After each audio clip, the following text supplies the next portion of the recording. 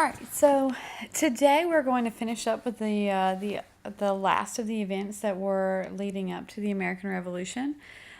This cartoon that I have on the screen is a really important cartoon. It was drawn by Benjamin Franklin. Now, this was drawn prior to the American Revolution. However, it is also passed around. Whenever colonists were starting to get upset. And it was significant because we're talking about the idea that if the snake does not, and the colonies do not all join together, then, well, there's only one outcome. And the outcome is that America is going to die, that they're going to be forever tainted by a ruler in another country that's abusing his power, a tyrant. Notice that, so we've got New England as the head of the snake, and that is significant as well, because New England, where you had your Boston Massacre, and later we're going to talk about the Boston Tea Party, those events are big things. And then it's in order. You have New York, New Jersey, Pennsylvania, Maryland, Virginia, North, and then South Carolina. Notice Georgia's not up here because Georgia is considered a royal colony, and it was still not it was not being utilized as one of the 13 colonies. It's also facing the direction of England, which is significant in itself. All right, so we'll get back to where we left off. So our very first, so we stopped over here. If I scooch over here, we stopped with the Boston Massacre, and now we're going to be at the Tea Act. So the Tea Act was one of those famous acts that people they have heard about it before. And one of the things that they do is they repeal the Townshend Act. However, they decided to keep the tax on tea. The East India Tea Company was going bankrupt, and the only way for them to keep the company going was to say that all tea must come from the East India Tea Company in India, which was quite a long journey. So they kept there was an extra tax on this tea, and it was very expensive. So the colonists were incredibly upset because this was their drink of choice. You either had tea or you had beer.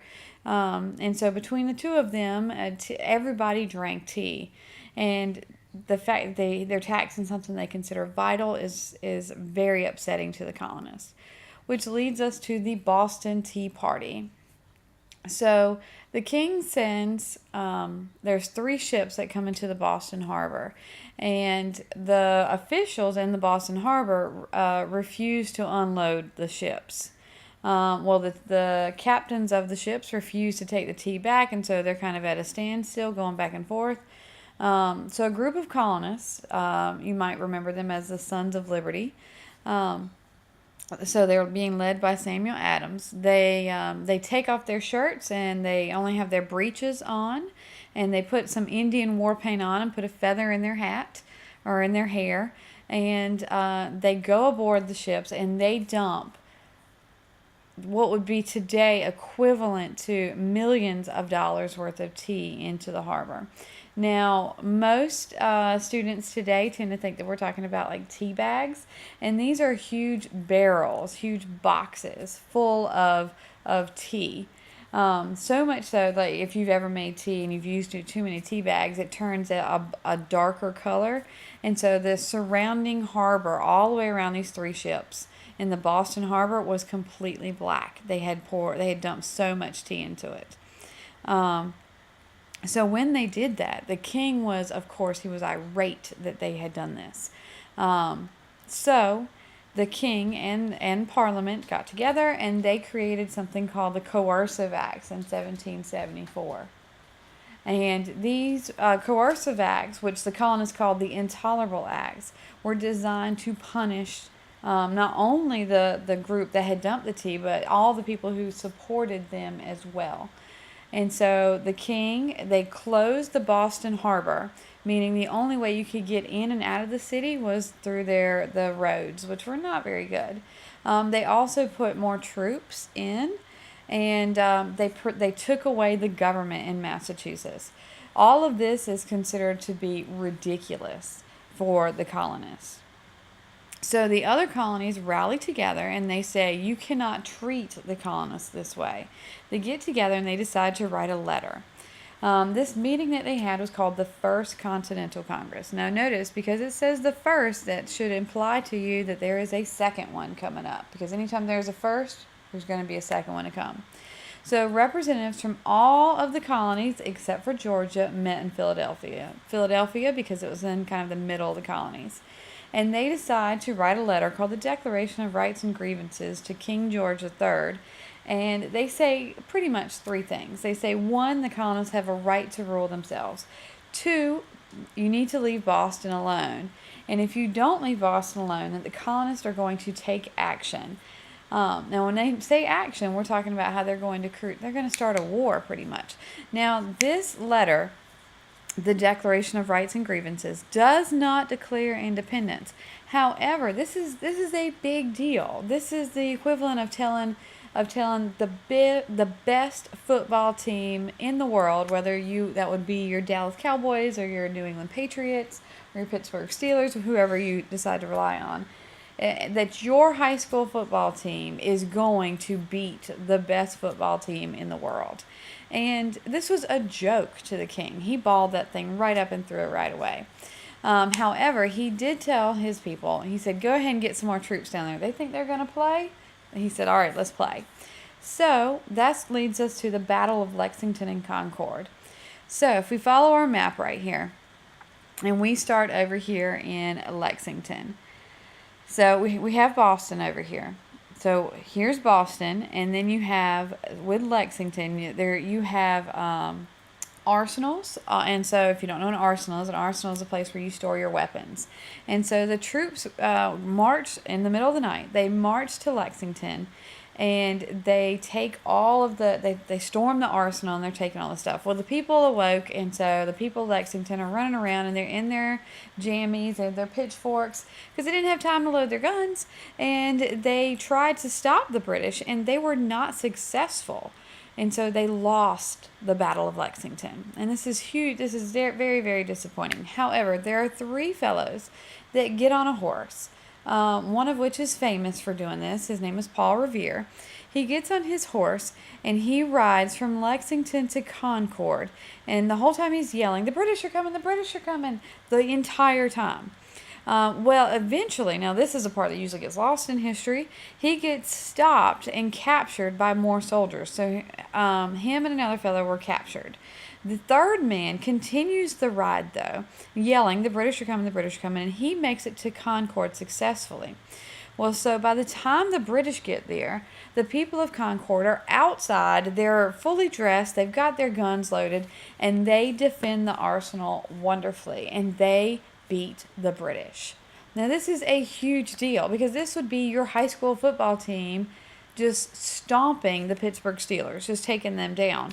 And so you have to picture like how elated the colonists must feel that they just beat the largest, best, most highly qualified, trained military in the entire world.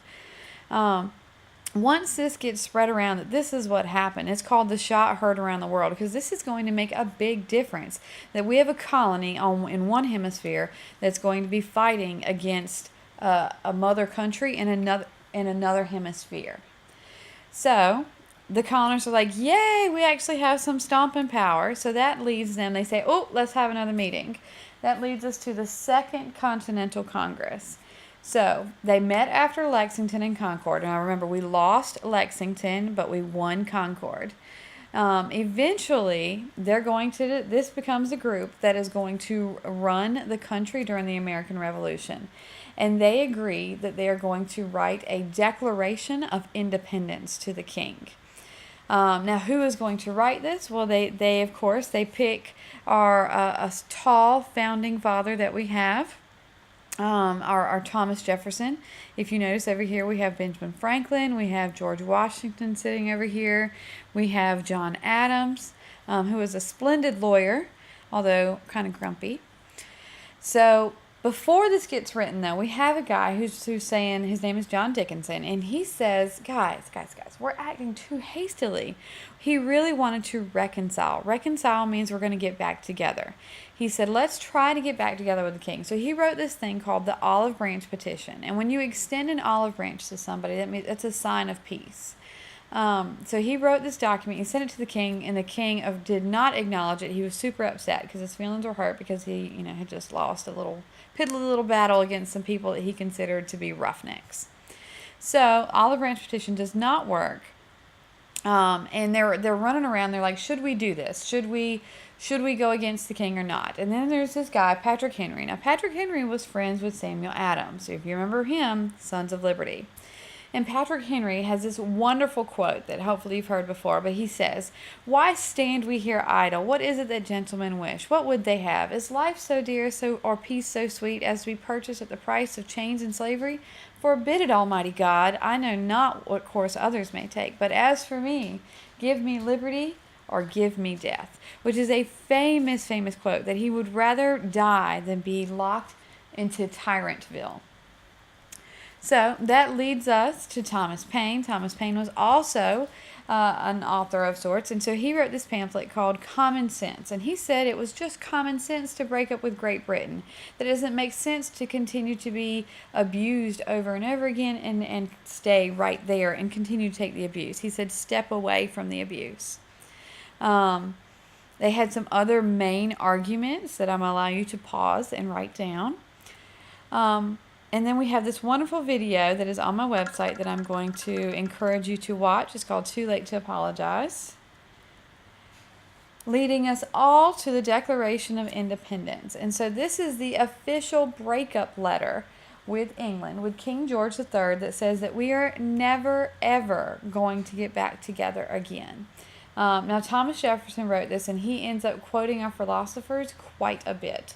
And you're going to have an assignment in which I'm going to have you read the Declaration of Independence and acknowledge what exactly old TJ was getting at. All right, so here is your other assignment that you need to do. And I'm going to have you submit this online.